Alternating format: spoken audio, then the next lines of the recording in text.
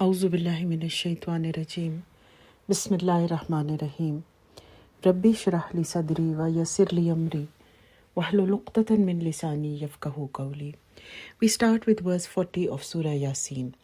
It says, "Neither it is possible for the sun to overtake the moon, nor for the night to strip the day, each floating along in its own orbit." Now, the sentence that neither is it possible for the sun to overtake the moon can have two meanings, and both meanings are correct and both are applicable. Number one, the sun does not have the power that it should draw the moon into itself or enter its orbit and collide with it. And number two, the sun cannot appear in times which have been appointed for the rising and appearing of the moon. It is not possible that the sun should suddenly appear on the horizon when the moon is shining at night. Then the verse says, "Nor the night to outstrip the day." This means that nor does this happen either, that the night should approach before the appointed period of the day comes to an end and should start spreading its darkness, which we cannot spreading its darkness suddenly during the time when the day is meant to spread its light. Now, this shows that the heavenly bodies are working in a perfect harmony, in a perfect coordination with each other. And the end of the verse says that each floating along in its own orbit. In Urdu, the word falak gives the meaning of sky. But in Arabic, the word falak conveys a different meaning. Here it means an orbit.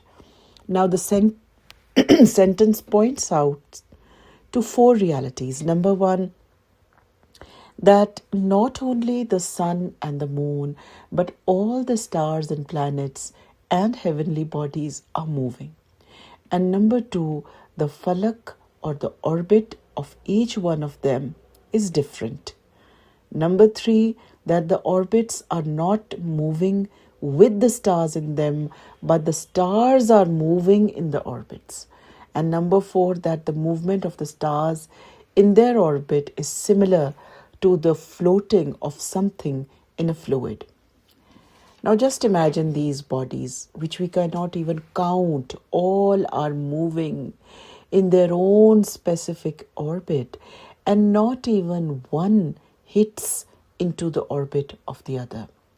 What does this show? That this is a clear proof of the fact that this whole universe is creation of one being, one, and the kingdom of one ruler. Then from the order and the wisdom and the excellence of workmanship and the deep relationships which are found in the hundreds of thousands of galaxies and in the millions and billions of the stars and planets revolving in them, a sensible person cannot even imagine that all this has come about automatically on its own.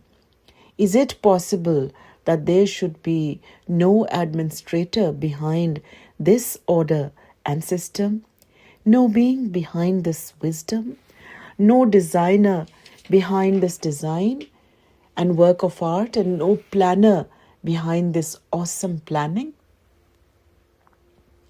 Verse 41. Another sign for them is how we carried their race through the flood in the laden ark. A laden vessel refers to the ark of Nuh alayhi salam as to boarding of the progeny of man. It means that although apparently a few companions of Nuh alayhi salam boarded it, in reality all human beings who are to be born till resurrection were boarding it. All the rest of the mankind had been drowned in the flood. All the later human beings are the children of those who were rescued in this ark. Verse 42, and similar vessels we have made for them on which they ride. Now Allah points out, it says, Mim mislihi, we have made things similar to this one on which they ride. Rides which takes man as well as trade from one place to another. What are these? Cars, buses, trains, aeroplanes.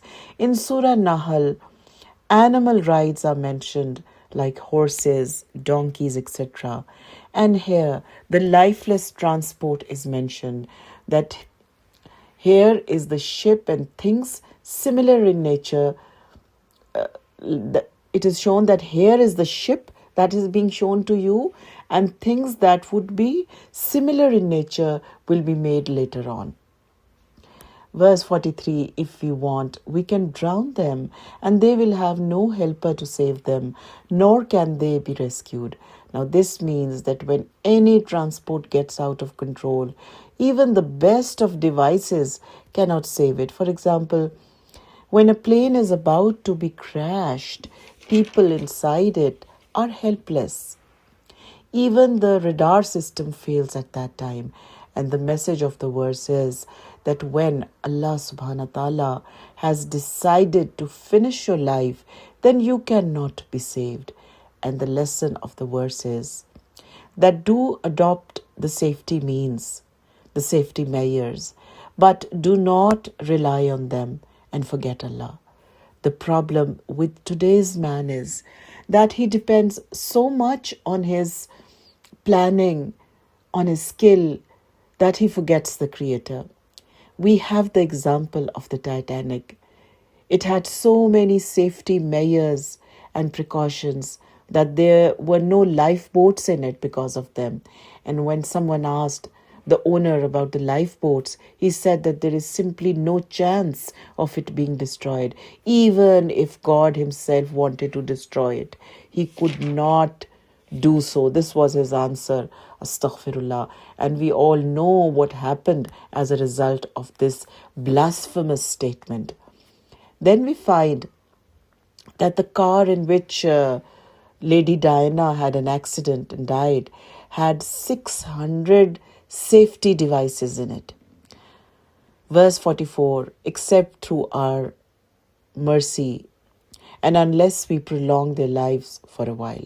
The verse means that if Allah wants to save you, He can save you from the worst of accidents with His mercy, and so that you can benefit from this world a little more. Verse 45, when it is said to them, have fear of that which is before you and that which is behind you, so that you may receive mercy. They pay no heed. Now, behind you means the stories of the past nations. What they did, what they experienced, and what is before you means the akhirah. That these heedless people do not learn from anything, neither from the experience of the people before them or what is happening to their own selves, nor do they have any thought or a fear of accountability. Verse 46, whenever any sign from the revelations of their Rabb come to them, they turn away from it. Now, revelations are verses of the divine book by which man is admonished, and the signs which are found in the universe, and then in man's own self and his history, which serve as lessons. But when he is not willing to learn, then nothing affects him. Verse 47, whenever they are asked, spend out of what Allah has given you, the disbelievers say to the believers, should we feed those whom Allah can feed himself if he so chooses? You are quite obviously in error. Now, this is the argument of the disbeliever when they are asked to give. This shows that disbelief has not only blinded their intellect, but has destroyed their moral sense as well. When people do not have the right thought about Allah, then they do not adopt the right attitudes toward people. And such people have a ready-made excuse to escape from any good. Verse 48, further they say, when will this promise of resurrection come to pass if what you say is true? Now this question was not put up by the non-believers for the sake of knowledge.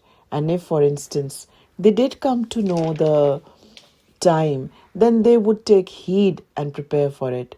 But this question was put as a challenge only for the sake of argument. What they mean to say is that resurrection is only a threat. It has got nothing to do with reality. Verse 49, in fact, what they are waiting for is a single blast which will seize them while they are yet disputing among themselves.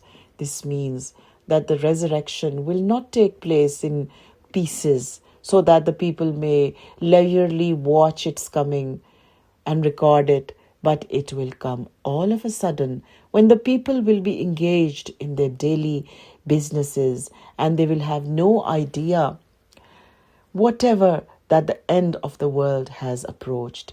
There will be a terrible blast and everyone will fall dead on the spot. Verse 50. Then neither they will be able to make a will nor be able to return to their families. As it says in a hadith narrated by Hazrat Abu Huraira Raziyallahu Ta'ala Anhu, the people will be walking on the roads as usual, will be buying and selling in the markets, will be disputing matters in the assemblies, when suddenly the trumpet shall be sounded. Thereupon the one who was buying cloth would collapse, and he would not have the time to put down the cloth from his hand. And the one who was filling a pot to water his animals would not have the time to water, and the one who was going to eat would not have the time to lift the morsel to his mouth, and resurrection would take place. Verse 51, in the end, we find that in the previous verses, the verse which we studied in one of the previous lecture were about the people who turned away from the signs of Allah. And these signs included verses of the Quran, the signs of the universe, and the signs in their own bodies, signs from the past nations, signs from whatever is happening to them. And such people are called Murideen in the Quran. These people used to make fun of the prophets, fun of the Akhirah, and in their mocking way ask, when will this Qiyamah come? And were told that, they were answered rather, that don't bother yourself with this question because the Qiyamah will come with a single blast. So suddenly that it would come so suddenly that you wouldn't even know. Now from this verse, what happened onwards continues, a detailed description of the day of Qiyamah. The words of verse 51 are, then a trumpet shall be blown, and behold, they will rise up from their graves and hasten to their Rabb. It says, the sound of the trumpet will be heard, and all the dead will rise up. Look at the word Al-Ajdas in this word. Ajdas is the plural of Jadas, and this is used for a grave. Then why do we call our graves Qabr and do not Jadas? The answer is that Jadas means those old graves on which there remains no mark at all, like the graves which are thousands of years old.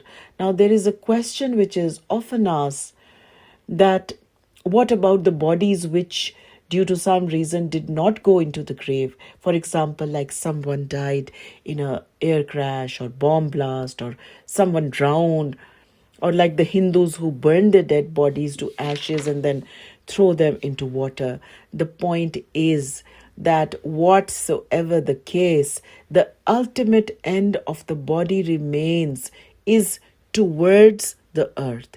Even if wild animals eat a body, it will ultimately go to the earth in form of feces. The person who was buried in a proper way in the grave, then for that the word qabr is used, and the one who did not enter the qabr and his body degenerated in another way, then the word jadas covers all such cases. So the verse clarifies that any person, no matter where he went after his death, will come out after the blowing of the trumpet.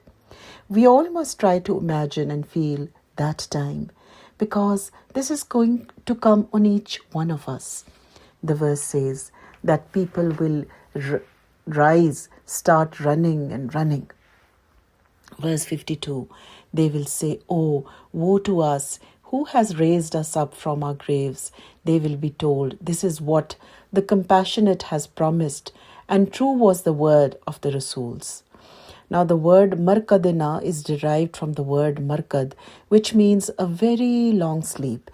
And the verse means to say that these people will not realize that they had been dead and had been raised back to life after a period, but they will be thinking that they had fallen asleep and had been woken up suddenly by some terrible blast.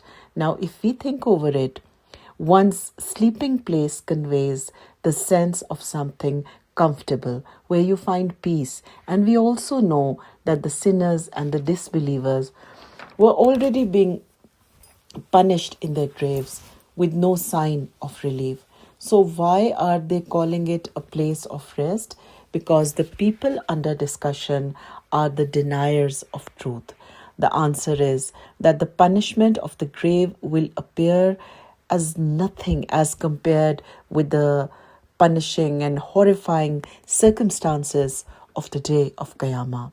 That is why they will cry out as to why they had to be taken out from their graves. And it would have been better if they had stayed right there. Like sometimes it happens in dunya too, that we suffer from a problem. We crib and we complain over it. But suddenly, when a problem which is much more in intensity comes, we say that we were better off in our previous conditions. Then the verse says that a response will come, saying, "This is what the Compassionate had promised, and true was the word of the Rasuls." Here it is not clear as to who will say this. It could be either of the three possibilities. Number one, that they themselves would realize after some time, to their horror, that it was the same thing which the messengers of Allah had informed them, and they used to belie them. Number two, it may also be that the believers will remove their misunderstandings and tell them that it was not waking up from sleep, but it is the second life after death. And number three, there is also a probability that the angels are telling them. Verse 53, it will be no more than a single blast, and they will all be gathered before us. Now this will be the time when everyone will be presented before Allah subhanahu wa ta'ala. Now from these verses, it is quite clear that the trumpet will be blown 3 times. How much span of time there will be between the blowing of each trumpet? Not known. We have no information anywhere. And this interval may be of a few seconds, maybe 100, maybe thousands of years. And the information that we have is that as Hazrat Abu Huraira Raziyallahu Ta'ala Anhu has related, that the Prophet Sallallahu Alaihi Wasallam said, Israfil has put the trumpet to his mouth and is looking up to the divine throne, awaiting orders for blowing it. And the trumpet will be blown thrice. On the first blowing, everything in the earth and heavens will be struck with terror. On the second blowing, everyone will be fallen down dead. Then none shall remain except Allah, the one, the everlasting. The earth will be changed altogether and will be spread flat and smooth, without a crease or wrinkle in it. Then Allah will administer a rebuke to his creation, whereupon everyone will rise at the spot where they had fallen dead on the changed earth. And this will happen on the third blowing of the trumpet.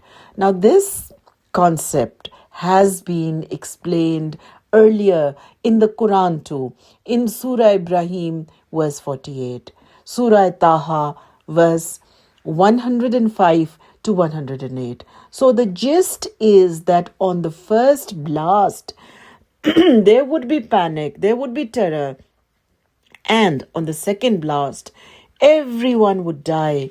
And then on the third one, everyone would rise and run towards Allah subhanahu wa ta'ala for accountability.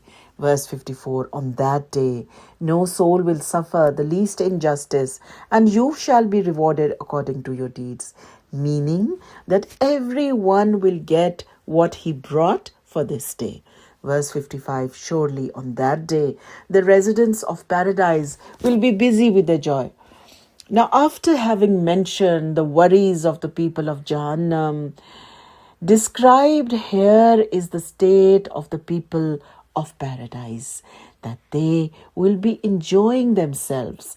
The word shughal means that activity which absorbs one so much that you forget everything.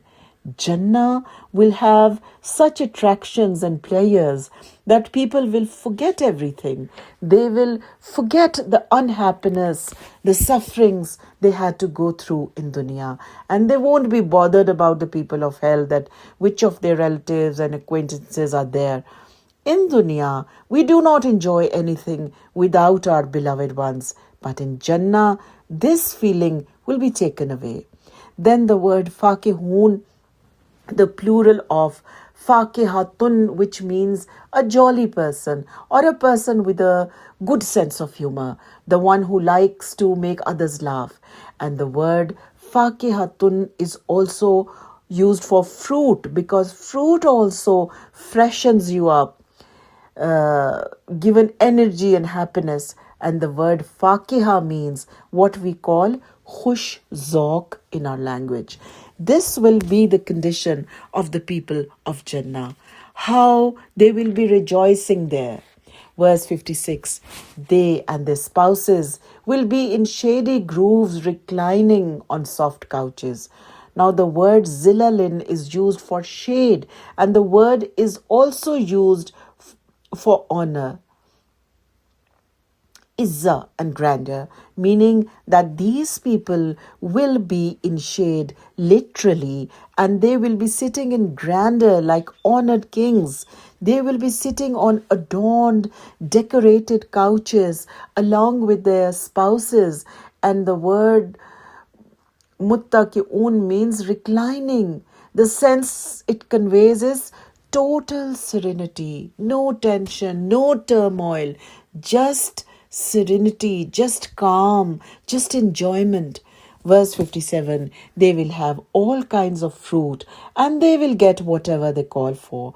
The word yadda'un is from da'wa, which means to call. This means that the thing the people of Jannah will call or wish to have will come to them. And the Quran has not used the word yes alone at the place, because having something after having asked for it is also a sort of exertion, something the Jannah will be free from. In fact, it will be a place where everything needed will be ready and present. Verse 58, they will be greeted with the word salam from the Lord of mercy. Now, on top of all the blessings, all the luxuries, all the serenity of Jannah, Allah subhanahu wa ta'ala will send salam to them. Allahu Akbar. This will magnify their happiness manifold, because who sends salam to you? The one who has feelings of love and care and respect for you. The mention of the attribute Ar-Rahim of Allah subhanahu wa ta'ala conveys that you enter paradise because of Allah's rahmah and not on your own. verse 59. While to the sinners he will say, "Get aside today, you criminals." Now we know that on the plains of resurrection, initially when people rise from their graves, they will be scattered, all mixed up, as it says in the Quran, in Surah Al-Qamar, verse 7, as if they are scattered. But later on, group by group, they will be separated in terms of their deeds. The sinners will be told, "You get apart from the righteous." For in the world, even if you belonged to the same community, the same clan, the same brotherhood, here you have no connection and relationship left with them. Now you can no longer remain in a group. About this verse, it is said that once Imam Abu Hanifa, while reading the verse, cried and cried. In fact, this is a heart-moving verse, but only if you apply it to your own self. That what if I am from amongst the mujrimun and I'm ordered to separate and stand in the group destined for hell? Imagine that time that you are standing all together and you are singled out and told that leave this group and go and stand somewhere else, the group that is destined to hell. How would a person feel at that time? Bring to your mind verse 60. Did I not enjoin you, O children of Adam, not to worship Shaitan, who is your open enemy? Now from this verse, the true meaning of the word ibadat becomes clear. Ibadah or ibadat is not just the acts of worship and the literal prostrating before Allah subhanahu wa ta'ala, but ibadah means obedience. It means itaat that we call. This subject has already been explained in Surah Al-Baqarah, verse 172, Surah An-Nisa, verse 117, Al-An'am, 121 and 137, Surah Tawbah, verse 31, Surah Ibrahim, verse 22, Surah Al-Kahf, verse 52, Surah Maryam, verse 42, Surah Al-Qasas, verse 63. So many verses of the Quran explain the same concept. In this connection, the fine explanation given of it is made by Imam Razi. He writes that do not worship Shaitan means do not obey him. The reason being that only falling into sajda before him is not, this is not the only thing, but following him and obeying his commands is also forbidden, and it comes under the same category. Therefore, ibadah, that is itaat or obedience, is also ibadah. It is also worship. Itaat is equivalent to ibadah. And after this, the Imam clarifies another probable doubt, that if ibadah means itaat, then have the Muslims been commanded to worship the prophets and the rulers in this verse? He himself answers this, that if obedience to them is in accordance with the commands of Allah subhanahu wa ta'ala, it will be Allah's worship and his obedience.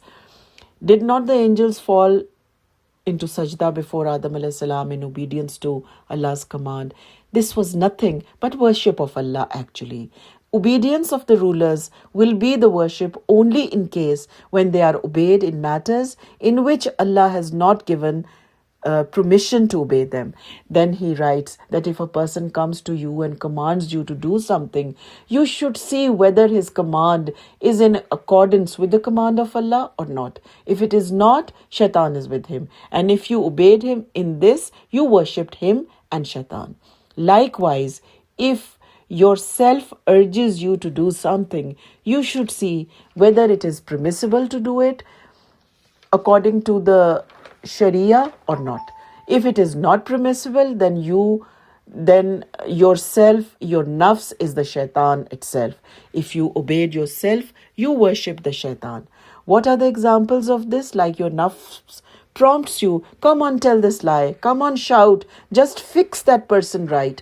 The test is to control yourself at that moment and force yourself to follow the Rahman and not the Shaitan. So the gist is that to obey someone in word and deed is in everything and under all conditions is nothing but worship. As it says in a hadith, that a person who, driven by love of money or spouse, starts doing everything that would increase wealth or please the spouse, even at the cost of the displeasure of Allah, is an obedient servant of the silver coin and the obedient servant of the spouse.